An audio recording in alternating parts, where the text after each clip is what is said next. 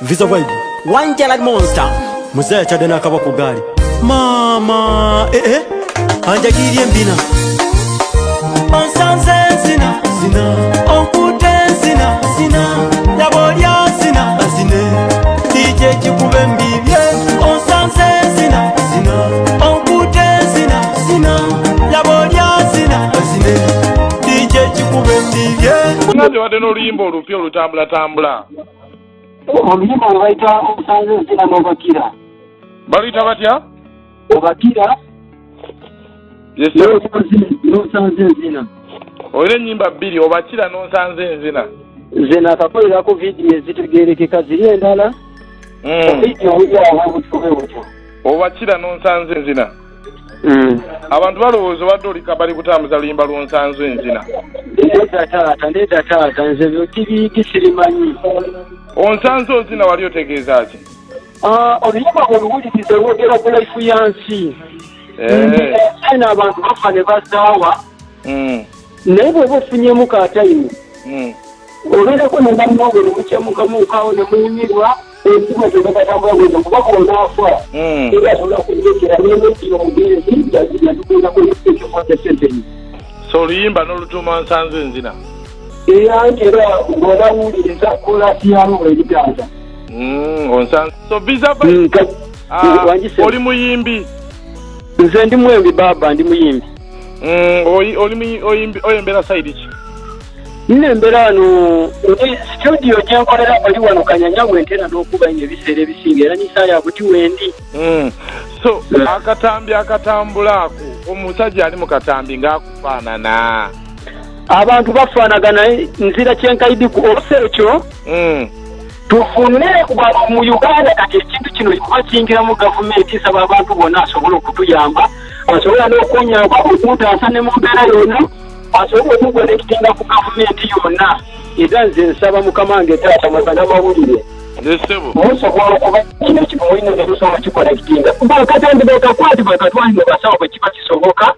Yes, agamba ati agyekubireko enkola ya video, of course exclusively tuleta ebyakagwawo ebiriwo ebitraininga ebize bitambula Uganda. Akayimba ko katambiza nakuba kaita Onsanze nzina. Onsanze nkola ki? Onsanze nzina omuyimbi ye mwana mlenze Visa Vibes omusajja enzalo yeidinda.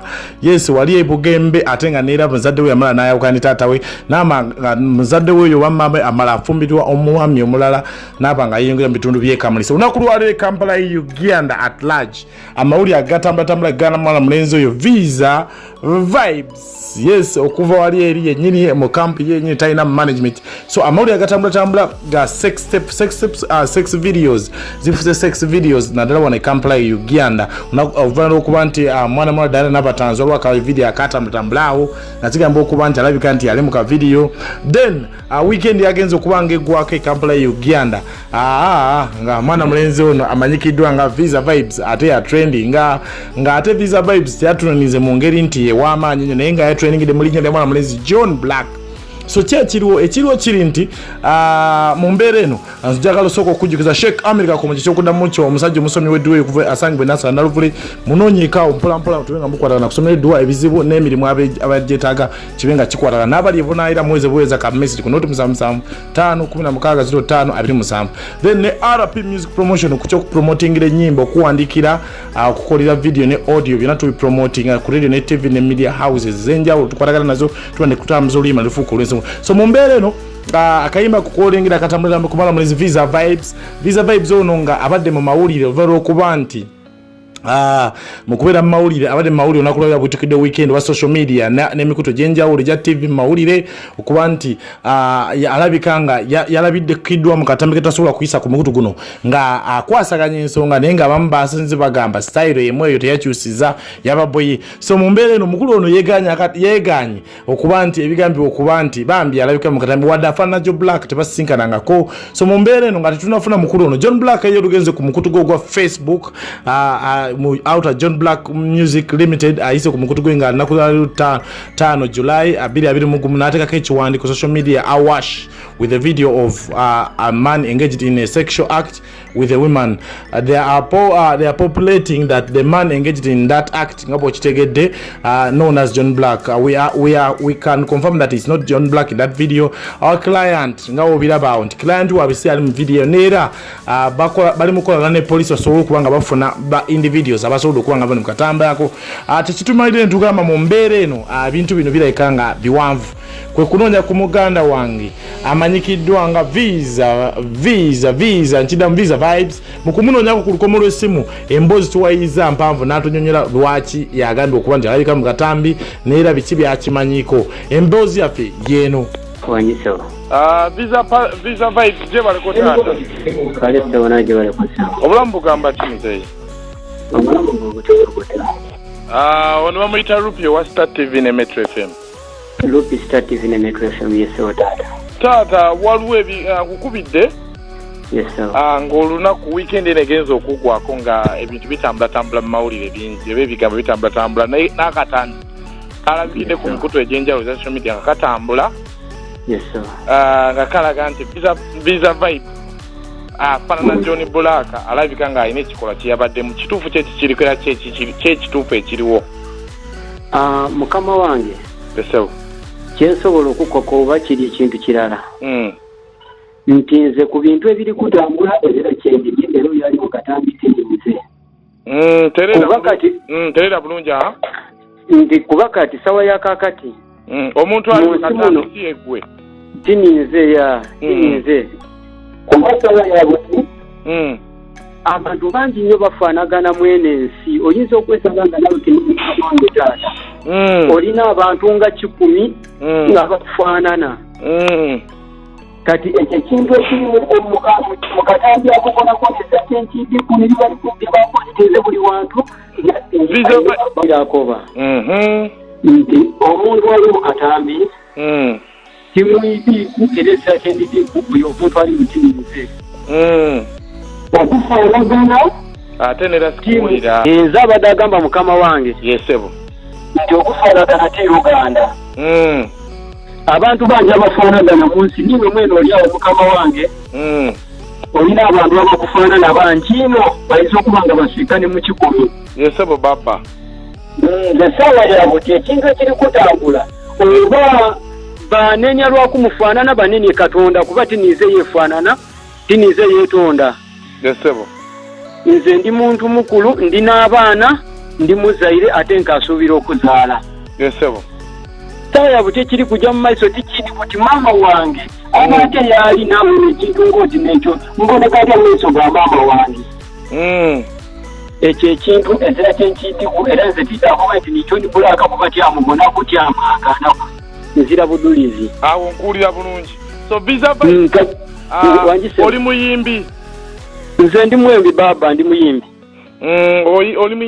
oyembera side ki nembera wano ndi studio gyenkolera oli wano Kanyanya entera n'okuba ebiseera ebisinga era nisaya buti wendi so Akatambi akatambulako omusajja ali mu Katambi ng'akufaanana abantu bafaanagana nzira kyenkaidi ku osekyo tufune mu Uganda kati ekintu kino kuba kiyingira mu gavumenti isaba abantu bonna asobola okutuyamba asobola n'okunyamba okutaasa ne mu mbeera yonna asobola okukonekitinga ku gavumenti yonna era nze nsaba mukama wange taata masana mawulire osobola okuba kino kimulina netusobola kikonekitinga bakatambi bakakwati bakatwali mu basawo bwe kiba kisoboka bakebere bulungi nnyo babona oba niize oba teniize nze ndibadde bwembanga ni gavumenti ekola kyona kyeyenda ne industry ya music ekola kyona kyeyenda so John Blaq oli musajja w'ejjinja ne John Blaq musajja w'ejjinja kyekiba mbeera etambula abantu balowooza bakuguze oba bakuwadde sente otata n'ebinnyala John Blaq kituufu kyekiriko nze zira kyendidde kukweyombeera kuba nze John Blaq muzira ku buzibu John Blaq sisisinkanangako naye face ku face nti tuliawo twemanyi face ku face yesebo timubonanga maiso ku maiso kati nkoma mulaba ku TV kunyamba te video kwenkoma konka nze silwa kuba nti ndi musoga nze nzalibwa idinda mugemba wenakulira paka ku myaka 4 n'afaawo mama wange bwe yafuna baba owundi ekamuli twaja naye n'akulira ine ekamuli ebiseera ebisinga kati mu kuva ebiseera byange ebisinga ntera kubakanyanya nze kati John Blaq muzira ku buzibu era nze tiddakuba nti kuba nze ni John Blaq mwena akaliko okubira ku isimu kuba nti oba kino kiti aye bali kupostinganga ku page eza Facebook simanyi John Blaq family aya basi simanyi ki postinga nze erinnya lyange gye bataako kati ezira kyendidi olali mu Katambi oti ninze mu kibanza kyetaagisa banamateeka nze nsaba banamateeka bonna baveeyo n'akakiiko akakwasiza empisa ffenna gatutwale ne John Blaq otucekinge n'ako Akatambi era bwe tuba nga siyeffe kuba munsi muno abantu bafaanagana obekege oyinza okwesanga ng'eriyo n'abalala bayitirivu nnyo ekyekisingayo nzira kyendidi baba. So Akatambi wakaboine ku baba oba wakalabyeko baba? Akatambi abantu bakansindikirenga nga bali kunkoba ati bona ye bali kukoba ku ate John Blaq niwo wakoze bino John Blaq naali kusindikana abantu mu butambi mu kikola kyabu bakandera kuna akabona Visa Vibes oli ku Facebook Visa Vibes ndi ku Facebook yana bakoire mu bifananyo byange babitaku okufuza vamuko no ani mu Katambi akoti ni John Blaq bakoire mu bifananyo byange